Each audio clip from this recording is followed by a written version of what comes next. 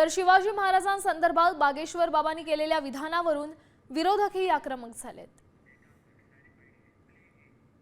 ते जे बुवा आहेत तरुण कोणीतरी एक, त्यांनी छत्रपती शिवाजी महाराजांच्या इतिहासावरती जेव्हा हे बोलत होते तेव्हा राज्याच्या मुख्यमंत्र्यांनी त्यांना थांबवायला हवं होतं किंवा सरसंघ चालकांनी त्यांना रोखायला हवं होतं आणि त्यांना महाराष्ट्राच्या भावना, इतिहास याबाबत जाणीव करून द्यायला हवं होती। भाजपा किंवा संघ ज्या हिंदुत्वाचा सध्या या माध्यमातून पुरस्कार करते किंवा खरात बाबासारखे लोक हे त्यांचे प्रचारक आहेत,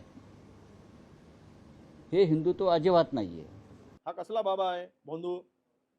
याला महाराजांचा अवमान करताना जो जिथे भेटेल ना तिथे याला जेवढ्यास मी ट्विट केला आहे, जो जास्तीत जास्त शिव्या देईल त्याला आम्ही जास्तीत जास्त मोठं बक्षीस देऊ या बंधूला, असं आम्ही पहिलेच ट्विट केला आहे। मोगली आक्रमणासमोर उत्तर भारतानं पळीपंचपात्र गुंडाळून ठेवून माना झुकवलेल्या असताना मनगटाच्या जोरावर तलवारीच्या पात्यानं सह्याद्रीच्या कातळावर इतिहास कोरणाऱ्या महाराष्ट्राला त्याच उत्तरेतून येऊन कुणी चुकीच्या आणि अर्धवट माहितीच्या आधारे छत्रपती शिवाजी महाराज शिकवण्याची गरज नाही।